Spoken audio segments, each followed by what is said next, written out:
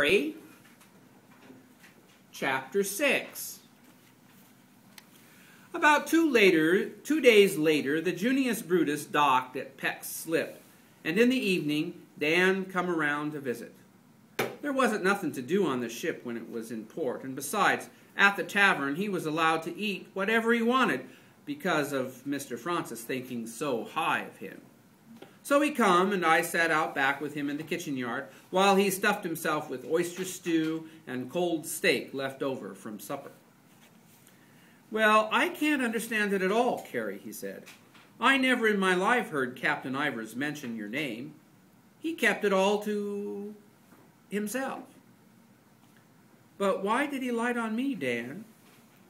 "That's the question, isn't it?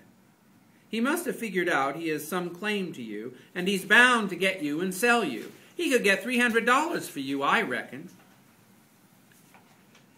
It was queer being worth that much money and not have any of it for yourself.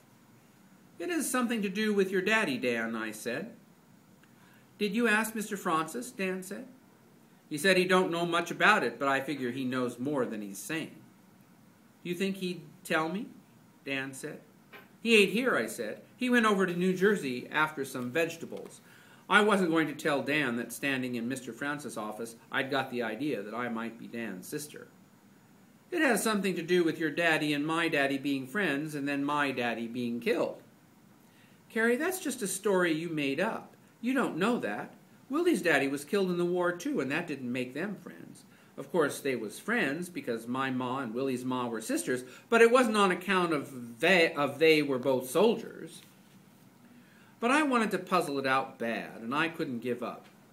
"Tell me about your daddy again." He shrugged. "I already told you a dozen times, Carrie. He belonged to Captain Ivers, and Ivers sent him off to fight instead of going himself. So after 6 years of fighting, the law said Daddy was free, but Captain Ivers claimed it wasn't so and got the sheriff to put him in jail.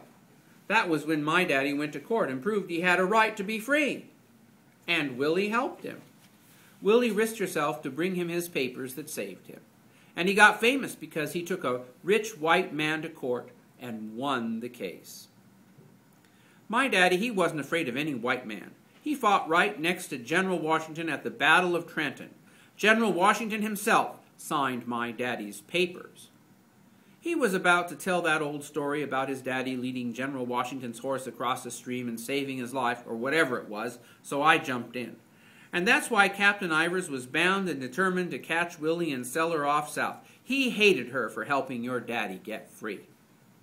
There was more to it.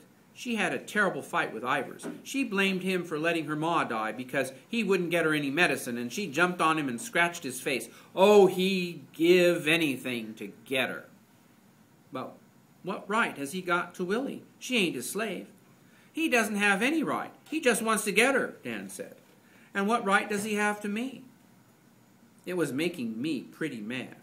I had never even seen the man until 2 days before, and he was trying to ruin my whole life. It's what you got for being black. The whites could do anything they wanted to, and you couldn't say nothing about it. "It ain't fair," I said.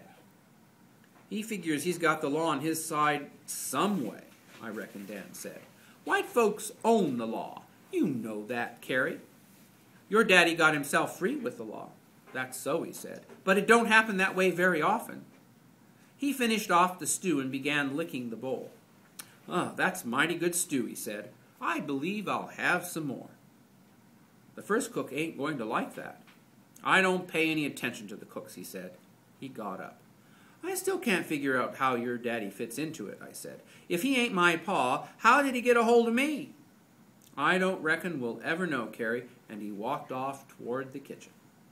It didn't matter to Dan if I didn't know who my ma and pa was, but I had to know. I just had to know. I was determined I'd find out someday. Who could they be? I was just starting to wonder about that again when here come Dan back out of the kitchen on the run with his stew bowl still empty. He raced up to me. "Carrie," he said in a loud whisper, "he's here. You got to hide quick." Who?" "Ivers. He's got some kind of paper and a sheriff, and he's going to take you away." I jumped up, scared as could be. "Quick," Dan said. I ran across the kitchen yard and into the barn, which was full of shadows. Just as I got inside, I heard the kitchen door bang open and that cold voice of Captain Ivers shout, "Erebus! Dan Erebus! What are you doing here?" "Just visiting, sir," I heard Dan say.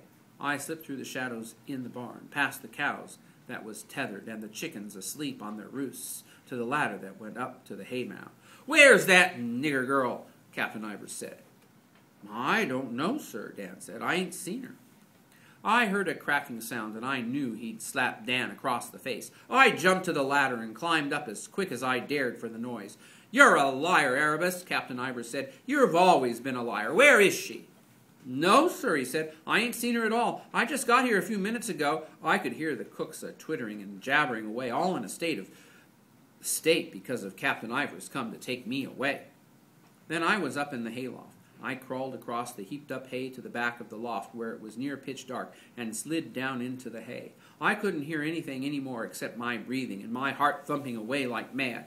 Then, by and by, I heard some clumping around down on the floor of the barn and saw a light faintly flashing on the roof above, and I knew they was searching the barn. Their voices was muffled, but I could make out the words like, "Over there!" and "Swing the light here!" and then finally, "Try the hayloft." I lay dead still, letting my breath slip in and out over my lips as easy as I could. Now I wished I'd thought more serious about running away.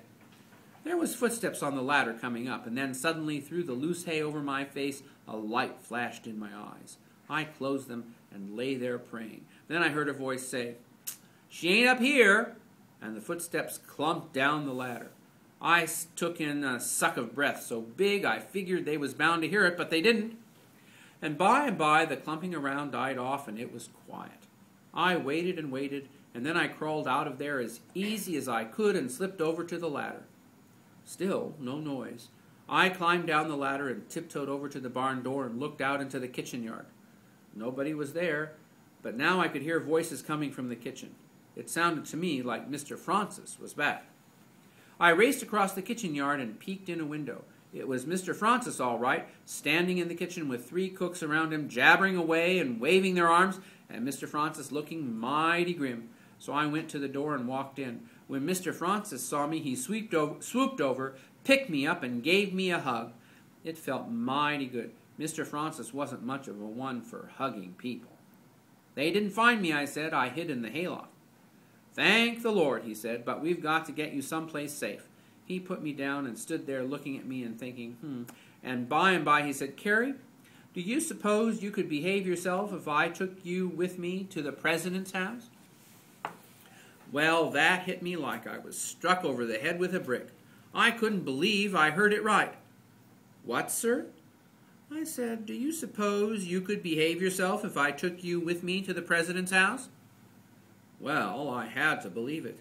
"Oh, yes, sir, yes, sir." I heard the first cook take in a breath like she'd been hit.